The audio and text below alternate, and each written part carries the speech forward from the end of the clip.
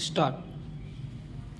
इसमें कोई दो राय नहीं कि ईरान पर इजराइल और अमेरिका के साझा हमले के बाद अब स्थिति और जटिल होती देखी जा रही है तथा दोनों पक्षों के बीच बढ़ती तल्खी के समांतर शांति की उम्मीद भी धुंधली रही है।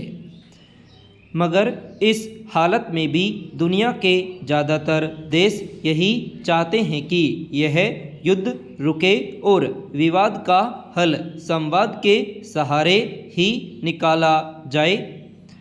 विडंबना यह है कि ईरान में परमाणु हथियारों का सवाल अमेरिका के लिए बड़ा है, लेकिन वह इस मसले पर बातचीत के जरिए हल निकालने में कोई रुचि नहीं दिखा रहा।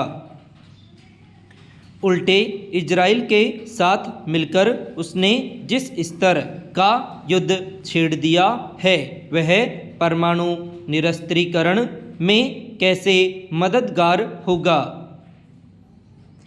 कहना कठिन है, खास तौर पर इस संदर्भ में ईरान ने जिस तरह की प्रतिक्रिया दी और उसने भी इजराइल तथा अमेरिका के सैन्य ठिकानों पर व्यापक हमले किए हैं, उससे साफ लग रहा है कि शांति स्थापित करने को लेकर दोनों पक्षों के भीतर कोई खास रुचि नहीं है। इसी वजह से दुनिया भर में इस बात को लेकर गहरी चिंता जाहिर की जा रही है कि कहीं युद्ध का दायरा फैल न जाए। पैरा ऐसे में भारत ने जिस तरह सभी पक्षों से संयम बरतने, तनाव को कम करने के लिए संवाद और कूटनीति का रास्ता अपनाने का आग्रह किया है, वह वक्त का तकाजा है। हालांकि भारत पारंपरिक रूप से शांति का पक्षधर रहा है और समस्या चाहे कितनी जटिल हो, उसका समाधान संवाद और कूटनीतिक पहल के जरिए ही निकालने का हामी है। इस क्रम में प्रधानमंत्री नरेंद्र मोदी ने कहा कि पश्चिम एशिया की स्थिति भारत के लिए चिंता का विषय है। सैन्य टकराव किसी विवाद का समाधान नहीं है। भारत ने इस युद्ध से प्रभावित कई देशों से संपर्क कर शांति की वकालत की और अपने नागरिकों की सुरक्षा को प्राथमिकता देने का आग्रह किया। इससे पहले संयुक्त राष्ट्र महासचिव अंतोनिया ने भी इस युद्ध की निंदा की और दोनों पक्षों से अंतर्राष्ट्रीय कानून का पालन करने की अपील की थी। अफसोस की बात है कि सभी तकाज़ों की अनदेखी कर युद्ध में शामिल देश व्यापक जनसंहार के हथियारों से हमला करते हुए इतना ध्यान रखना भी जरूरी नहीं समझते कि उन्होंने किसी स्कूल पर भी बम गिराया, जहां पढ़ने वाले कई मासूमों की जान चली गई। पैरा सवाल है कि वह कौन सी समस्या है जिसका हल विनाश के हथियारों के जरिए निकलने की उम्मीद की जा रही है। आखिर ऐसा क्यों है कि अक्सर युद्धों के लंबा खिंचने और भारी तबाही के बाद उसका समाधान संवाद की मेज पर ही निकलता देखा गया है। ज़्यादातर युद्धों के मामले में यही सच है। फिर उनसे सबक लेकर तमाम असहमतियों या मतभेदों के बावजूद संवाद का सहारा लेकर विवाद का हल क्यों नहीं खोजा जाता। अमेरिका के राष्ट्रपति डोनाल्ड ट्रंप का आरोप रहा है कि ईरान परमाणु हथियार बना रहा है, मगर इस संबंध में जिनेवा में हुई बातचीत को आगे बढ़ाने और हल निकालने के बजाय युद्ध को ही आखिरी उपाय क्यों मान लिया गया। खास तौर पर तब जब ईरान का रुख नरम पड़ रहा था और ऐसे संकेत भी सामने आए थे कि कोई समझौता होने की संभावना है। जाहिर है विवाद का हल निकालने की स्थितियां संवाद के जरिए ही बन रही थी। यह ध्यान रखने की जरूरत है कि युद्ध किसी समस्या का समाधान नहीं है, बल्कि खुद में एक जटिल समस्या है। इसलिए हर हाल में विवाद का हल संवाद और कूटनीति के जरिए ही तलाशने की कोशिश की जानी चाहिए। पैरा,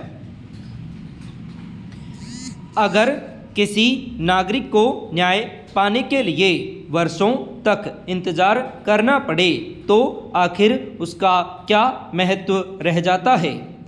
माना जाता है कि समय पर न्याय न मिल पाना अन्याय के समान होता है, मगर इसे विडंबना ही कहा जाएगा कि देश में बड़ी संख्या में लोगों को इस तरह के संकट का सामना करना पड़ता है। न्याय में देरी के कई कारण हो सकते हैं, जिनमें लंबित मामलों का बोझ, न्यायाधीशों की कमी और जटिल न्यायिक प्रक्रिया भी शामिल है। मगर जब अदालती कार्यवाही पूरी होने के बाद भी वर्षों तक न्याय के लिए प्रतीक्षा करनी पड़े तो उसे किस रूप में देखा जाएगा। सर्वोच्च न्यायालय ने हाल ही में ऐसे ही 3 आपराधिक मामले इलाहाबाद उच्च न्यायालय से अपने पास स्थानांतरित किए हैं। इन मामलों में उच्च न्यायालय ने 6 वर्ष पहले फैसला सुरक्षित रख लिया था, जिन पर अब तक निर्णय नहीं सुनाया गया है। शीर्ष अदालत ने कहा कि न्याय में हो रही असाधारण देरी से पीड़ित पक्ष के त्वरित न्याय के अधिकार का सीधा असर हो रहा है। पैरा, किसी भी नागरिक को न्यायपालिका पर पूरा भरोसा होता है, उसे न्याय अवश्य मिलेगा, मगर न्याय में देरी पीड़ितों को न केवल आर्थिक बल्कि मानसिक, भावनात्मक और सामाजिक रूप से भी नुकसान पहुंचाती है। सर्वोच्च न्यायालय ने भी अपने फैसले में माना है कि समय पर न्याय न मिलना कानून के शासन के लिए नुकसानदेह हो सकता है। यह सच है कि देश में लंबित मुकदमों का बोझ भी समय पर न्याय न मिलने का एक बड़ा कारण है। राष्ट्रीय न्यायिक डेटा ग्रिड के आंकड़ों के मुताबिक दिसंबर 2025 तक देश भर की अदालतों में 5 करोड़ से अधिक मुकदमे लंबित हैं।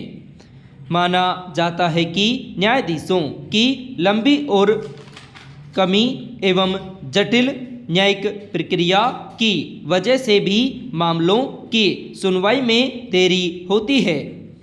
ऐसे में सरकार और न्यायपालिका को मिलकर यह सुनिश्चित करना चाहिए कि मुकदमों की बढ़ती संख्या के लिहाज से न्यायाधीशों की कमी को दूर किया जाए, न्यायिक प्रक्रिया को सुलभ एवं सरल बनाया जाए और अदालती कार्यवाही पूरी होने पर न्याय में किसी तरह की देरी न हो, ताकि न्यायपालिका पर आम लोगों का भरोसा कायम रहे।